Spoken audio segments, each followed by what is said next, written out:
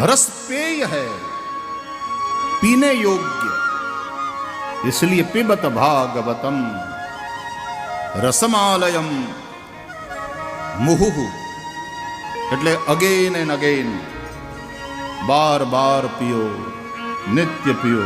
હવે ઓલ્યું પીવે ઈવડાએ જો પાછા ન છોડતા હોય અને વધારે ને વધારે પીવાની ઈચ્છા કરતા હોય એને વ્યસન થઈ જાય તો એ વ્યસન તો પતન તરફ લઈ જનારું છે. એનાથી બચવું, વ્યસન કરવું હોય તો આનું કરો કે અમને પછી કથા વગર હાલે નહીં. મહાદેવને આનું વ્યસન છે, એને કથા વગર ના હાલે. રામ કથા નિત शिवजी गावे, नित्य गायन करते हैं. या तो महादेव कथा सुनते हैं, कभी चले जाते हैं दंडकारण्य में अगस्त्य मुनि के आश्रम में कथा सुनते हैं, कभी भुषुंडी के स्थान पर चले जाते हैं और भुषुंडी कथा सुना रहे हैं पंछियों की सभा में. तो महादेव वहां हंस का रूप बना करके हंसों की पंक्ति में बैठ जाते हैं और भुषुंडी से कथा सुन. भुषुंडी अपने ही चेले हैं, महादेव के ही चेले हैं. महादेव से ही काकभुषुंडी को कथा प्राप्त हुई है. પણ આ ગુરુ છે ને છુપાઈને આવે, ઓલા ચેલાને સંકોચ ન થાય કે ઓય મા બાપ ગુરુ આવ્યા. ગુરુની સામે બોલતા ઘણી વાર આમ ગેંગે ફેંફે થઈ જવાય. એટલે રૂપ બદલીને હંસનું રૂપ લઈ, એ હંસ નહીં પરમહંસ, અને એની પંક્તિમાં મહાદેવ બેસી જાય છે, કથા સાંભળે. બાકી તો સોઈ શિવ કાકભુષુંડી દીના. શિવજીએ કાકભુષુંડીને કથા આપી છે, પણ મહાદેવને કથા સાંભળવાનું મન થાય તો ક્યારેક અગસ્ત્ય ઋષિના મુખે પણ સાંભળે, ક્યારેક પોતાના જ શિષ્ય કાકભુષુંડીના મુખે પણ સાંભળે, અને ક્યારેક કથા વગર રહેવાય નહીં, બીજું કોઈ કહેવાવાળું હોય નહીં, એટલે પાર્વતીને સામે બેહાડે, બેહો દેવી, અને મહાદેવ કથા સંભળાવે.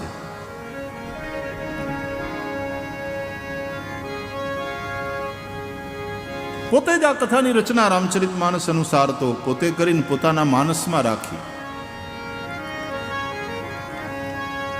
રચી મહેશ નિજ માનસ રાખા, ઓ પાઈ સુસમય શિવાસન ભાખા. પાર્વતીને સંભળાવી. તો કથાનું વ્યસન, ભગવાન કહે છે ભાગવતમાં કે મારી કથાનું જેને વ્યસન થયું અને ગૃહસ્થોએ આ વ્યસન રાખવું, એને બીજા વ્યસનથી દૂર રહેવું, પણ આ મારી કથાનું વ્યસન રાખવું. અને આ રસમાં જે ડૂબેલા રહે ને તો મદ્વાર્તા યાતયામાનામ ન બંધાય ગૃહામતા. ભાગવતમાં ભગવાન કહે છે કે જે મારી કથામાં એ રસમાં દિવસભર ડૂબેલા રહે છે, એને સંસાર બાંધતો નથી. એ ભલે ગૃહસ્થમાં હોય પણ એને સંસાર બાંધતો નથી. અર્જુન ગીતાનો પાઠ ગામડામાં બહેનો કરે, એમાં એક પંક્તિ આવે, એક કડી, સંસારમાં સરસો રહે પણ મન મારી પાસ, સંસારમાં લેપાય નહીં તે જાણ મારો દાસ. અર્જુન સુણો ગીતા સાર, પાંડવ માનજો નિર્ધાર.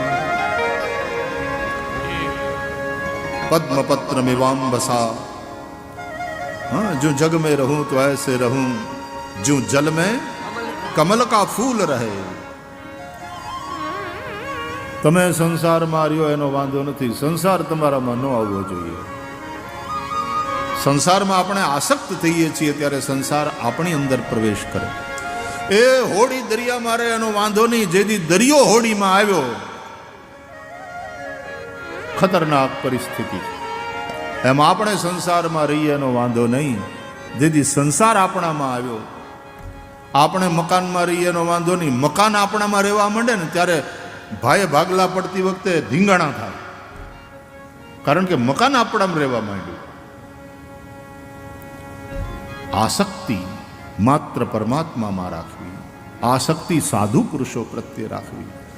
સૈવ સાધુ સુકૃતે. આ આસક્તિ આપણા સદગુરુ, આપણા સાધુ પુરુષોમાં એટલે કે સત્સંગમાં રહે તો એ મુક્તિનું કારણ બને છે. કપિલ ભગવાન પણ ભાગવતમાં મા દેવહૂતિને આ જ વાત સમજાવે છે. સતામ પ્રસંગાત મમ વીર્ય સંવિદો ભવંતિરુત્કર્ણ રસાયના કથા તજ્જોષણાદાશ્વપવર્ગ વર્તમની શ્રદ્ધા રતિર ભક્તિરનુક્રમિષ્યતિ. માં સંતોનો સંગ કરો. સંગનો એક અર્થ આસક્તિ પણ થાય. સંસારમાં બીજે ક્યાંય આસક્તિ હશે તો માર ખાવા પડશે, બહુ રડીશું. પણ જો આસક્તિ ભગવાનમાં હશે તોય રડશું, પણ ગોપીઓની જેમ. રુરુદુઃ સુસ્વરમ રાજન પણ કૃષ્ણ દર્શન લાલસા. ગોપીઓ રડી કારણ કે કૃષ્ણમાં આસક્તિ. એ રડી છે શ્રી કૃષ્ણ દર્શનની ઈચ્છાથી. જેમ ચૈતન્ય મહાપ્રભુ રડ્યા. કબીર જેવા નિર્ગુણિયા સાધુએ પણ કહ્યું, કબીર હસના દૂર કર રોને સે કર પ્રીત, બિનુ રોએ કિત પાઈએ પ્રેમ પિયારે મીત.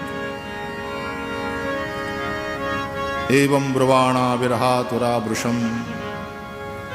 ગોપીઓ રડી છે વિરહાતુર થઈ. તો રડવું તો પડે, આસક્તિ રડાવે, પણ સંસારની આસક્તિ આપણને રડાવે એના કરતા શ્રી કૃષ્ણમાં આસક્તિ આપણને રડાવે તો એ રડવું ધન્ય છે.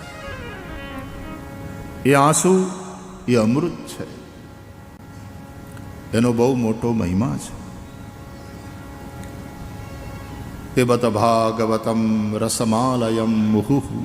वारंवार पियो. एक बार तुमने पिया और तुम तृप्त हो गए तो तुमने क्या पिया? हरि कथा रस बार बार पियो, नित्य पियो. सदा सेव्या श्रीमद्भागवती कथा. पधारो बा महाराज, पधारो. प्रणाम.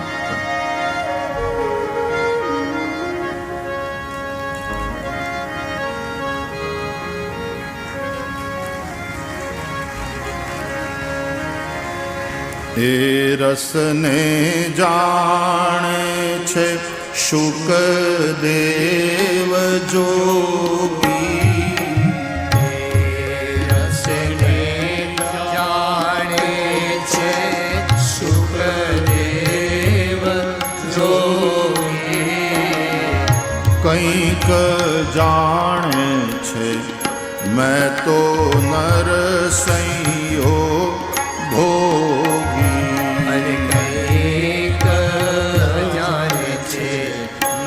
તો નરસૈયો ભોગી. જેણે રે શ્રી કૃષ્ણ ચરણ રસ ચાખ્યો. જેણે શ્રી કૃષ્ણ ચરણ રસ ચાખ્યો. એણે રે સંસારને મિથ્યા કરી નાખ્યો. સંસારને મિથ્યા કરી નાખ્યો. એ રસને ધ્રુવ પ્રહલાદે રે ચાખ્યો.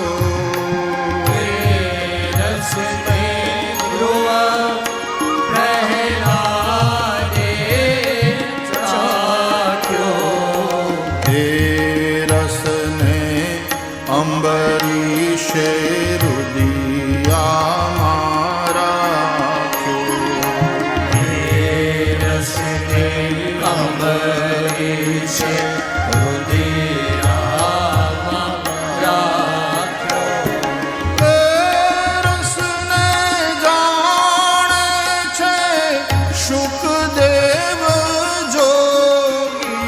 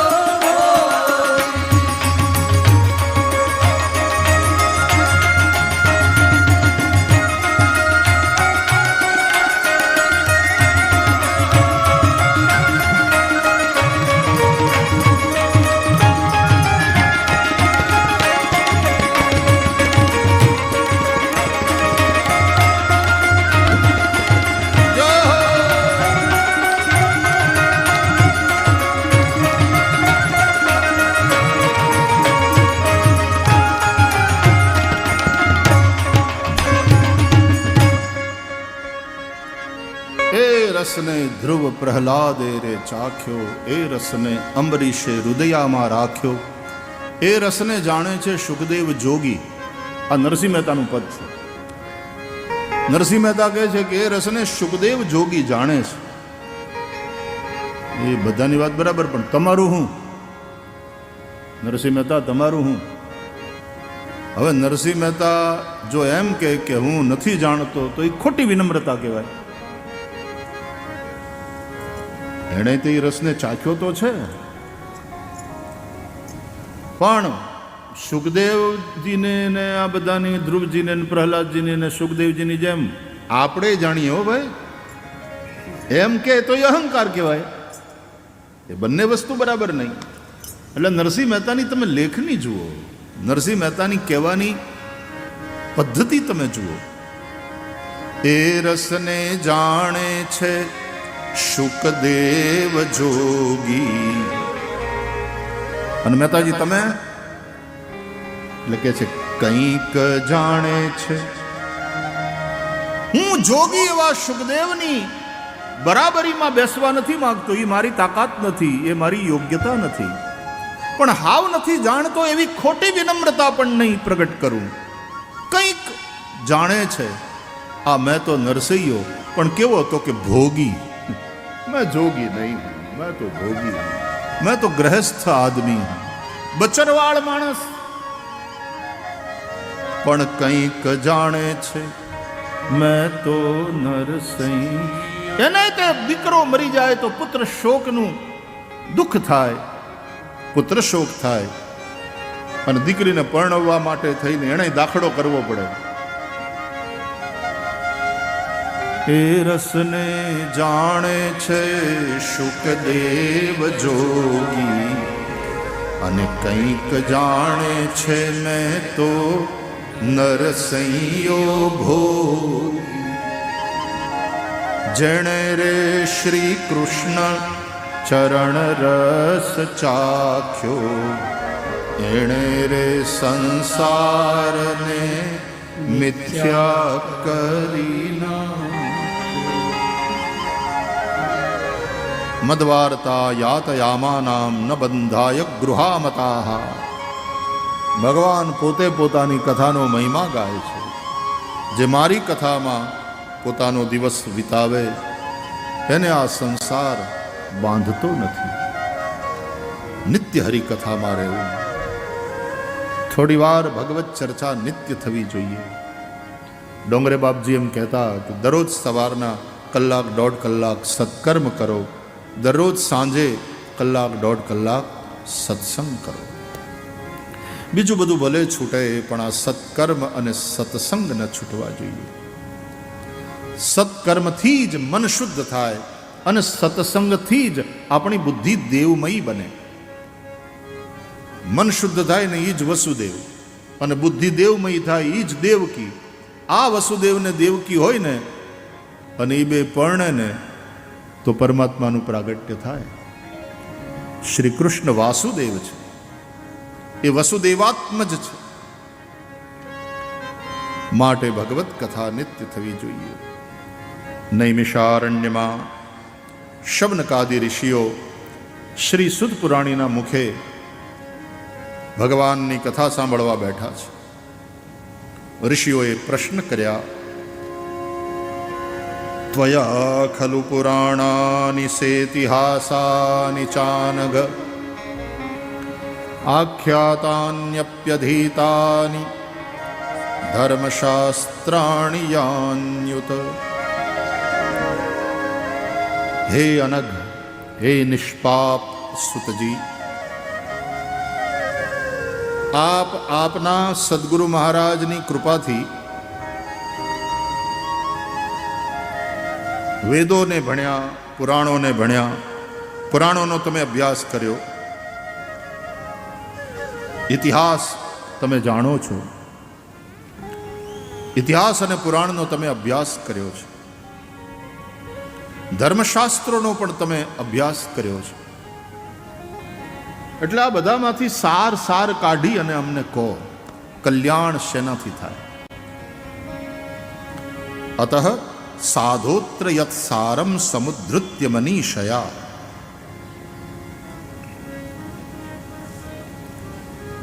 અમને એ બતાવો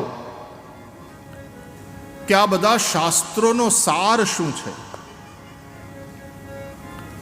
બીજો પ્રશ્ન એ છે કે શ્રેય શું છે? શ્રેય કોને કહેવાય? કલ્યાણ. ત્રીજો પ્રશ્ન, એ શ્રેયની પ્રાપ્તિનું સાધન શું છે? જીવનું કલ્યાણ કેવી રીતે થાય?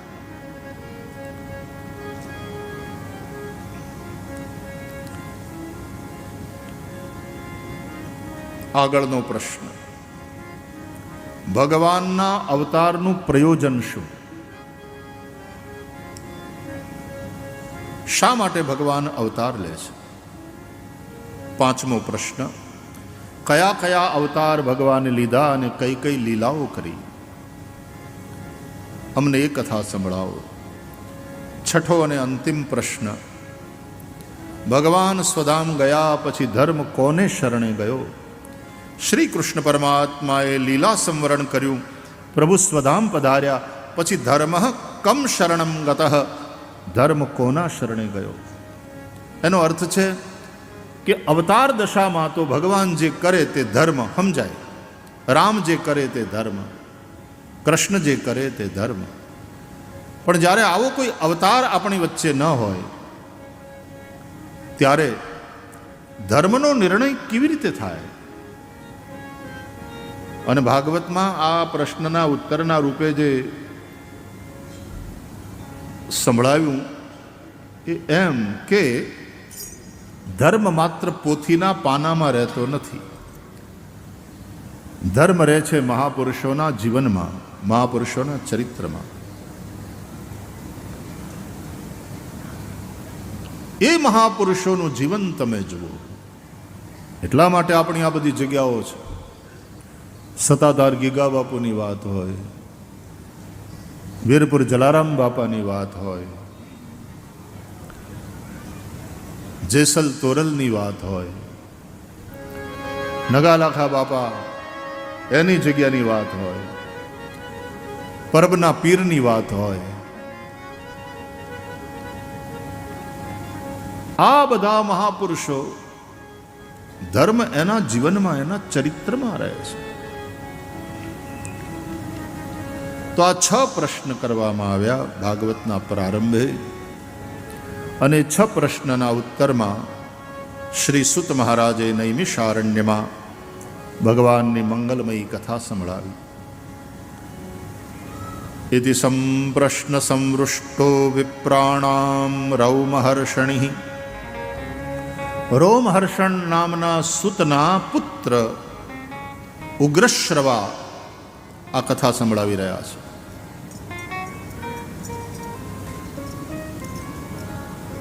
આકાશવાણી ઉપરથી સમાચાર આવતા હોય ને, ત્યારે સમાચાર આપનાર સમાચાર વાચક પોતાનું નામ બોલે. આ આકાશવાણી છે. સમાચાર વાંચે છે, પોતાનું નામ લે. સંસ્કૃતમાં સમાચાર આવે રેડિયો પર, ઇયમ આકાશવાણી સંપ્રતિ વાર્તા શ્રૂયંતામ. પ્રવાચક પોતાનું નામ લે, જે વાચકોએ. એમાં કથા કોણ સંભળાવે છે? કથા છે નહીં તો ભાગવતની. ક્યાં ચાલે? નૈમિષારણ્યમાં. કોણ વાંચે છે? કોણ સંભળાવે છે? રૌમહર્ષણિ. રોમહર્ષણના દીકરા ઉગ્રશ્રવા નામના સુતપુરાણી આ કથા સંભળાવી રહ્યા છે. 2 શ્લોકમાં શુકદેવજીની વંદના કરી, નરનારાયણને, મા સરસ્વતીને અને ભગવાન વેદવ્યાસને વંદન કરી શ્રી સુત મહારાજે મંગલ કથા સંભળાવી. હે મુનિઓ, તમે બહુ સુંદર પ્રશ્ન કર્યા. આ પ્રશ્ન તમે ભગવાનની કથા વિશે કર્યા છે. પ્રશ્ન જેવા છે, યેનાત્મા સુપ્રસિદ્ધતિ, જેનાથી મન પ્રસન્ન થાય. અમુક એવા પ્રશ્ન કરો ને કે વક્તાનું મન પ્રસન્ન થઈ જાય. લેવા દેવા વગરના, કારણ વગરના ટાઈમ પાસ પ્રશ્નો હોય. અમુક કથાકારોની પાસે જઈને એમ પૂછે, બાપુ મનમાં એક પ્રશ્ન છે, બોલો ને વાલા. આ તમે શ્રવણની કથા સંભળાવો છો, એણે આંધળા મા બાપની બહુ સેવા કરીને, કાવડ લઈને જાત્રા કરાવીને બધું બરાબર, પણ એ શ્રવણના આંધળા મા બાપનું નામ શું હતું એ બતાવો. અને પાછા ખી કરતા બહાર જઈને પાછા કે ખરા, કેટલાયને પૂછ્યું, મોટા મોટા કથાકારોને પૂછ્યું, કોઈ જવાબ નથી દઈ ગયું બોલવાનો. એ શ્રવણના આંધળા મા બાપનું નામ જાણવાને બદલે તારા બાપા માગે ને તર્યા હોય તો તું ઊભો થઈ લોટો પાણી પીવડાવી તો ઘણું છે. શ્રવણના આંધળા મા બાપનું નામ જાણીને તારે શું કરવું છે? તું શ્રવણથી જે શીખવાનું છે એ શીખને વાલા. તો પ્રશ્ન એવો હોવો જોઈએ, યેનાત્મા સંપ્રસિદ્ધતિ, જેનાથી આત્મા એટલે કે મન પ્રસન્ન થાય, વક્તાનું મન પણ પ્રસન્ન થાય, એને જવાબ દેવાનો આનંદ આવે કે બહુ સારો પ્રશ્ન કર્યો. સાધુ પૃષ્ટમ ત્વયા સાધો લોકાન સાધ્વનુગૃહણતા. આવી રીતનો સંપ્રશ્ન જ્યાં જ્યાં હોય છે ત્યાં વક્તા દ્વારા વારંવાર એ પ્રશ્નની સરાહના થઈ છે. મુનયઃ સાધુ પૃષ્ટોહમ ભવદ્ભિર્લોક મંગલમ યત્કૃતઃ કૃષ્ણ સંપ્રશ્ન યેનાત્મા સુપ્રસિદ્ધતિ. જિજ્ઞાસાથી પૂછો, વિનમ્રતાથી પૂછો, જાણવાના ભાવથી પૂછો. પરીક્ષા લેવાના ભાવથી તો ગુરુજી પૂછે, આપણે એના ગુરુજી નથી, આપણે શ્રોતા થઈએ. શિષ્ય ન થઈએ તોય ઘોડ્યું, શ્રોતા તો થઈએ અને જિજ્ઞાસાથી પૂછીએ.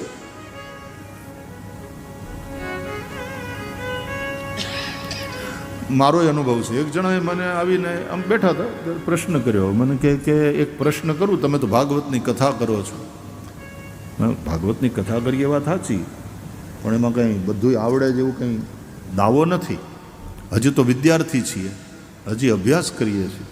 અભ્યાસ કરતાં કરતાં આટલા વર્ષ વયા ગયા તોય હજી ભાગવત પૂરેપૂરું આવડી ગયું એવો કોઈ દાવો નથી. એટલે મને કે પાણી પહેલાં પાળ બાંધતા હારી આવડે તમને. મેં કીધું તમારા જેવા બધા શીખવાડ્યું વાલા નહીં, પણ કે પ્રશ્ન કરવો છે, પૂછો પૂછો. ભાગવત સંબંધી છે તો કે હા, ભાગવતથી જ સંબંધિત છે, એટલે તમને આવડવો જોઈએ અને તમે આ પ્રશ્નનો જવાબ આપશો એવી અમને આશા છે. સારું સારું, એવી પૂર્વ ભૂમિકા બાંધી. મન કે આ ભગવાન કૃષ્ણની જે બધી તમે કથાઓ કરો છો એ ભાગવતને આધારે પૂછું છું કે આ જમીન જે રહી ને, આ પૃથ્વી, એ જમીનનો એવો કયો ટુકડો છે, એવો કયો ભાગ છે કે જેને ચંદ્રમાએ ખાલી એક જ વાર જોયો હોય, પછી પાછો કોઈ દી જોયો નથી. એવી જમીન કઈ? ચંદ્રમા એક જ વાર જોઈ, પછી ચંદ્રમાએ કોઈ દી જોઈ નહીં.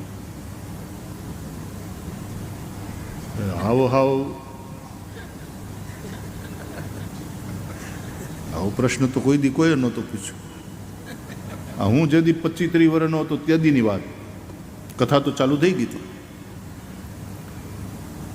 એટલે મૂંગો થઈ ગયો ને હું, એટલે એના મોઢા ઉપર આમ મરમાળું હાસ્ય આવ્યું. મેં એની સામે જોયું, મને કે હસતો હતો કે બોલો બોલો બોલો બોલો. એટલે મેં કીધું ભાગવતથી સંબંધ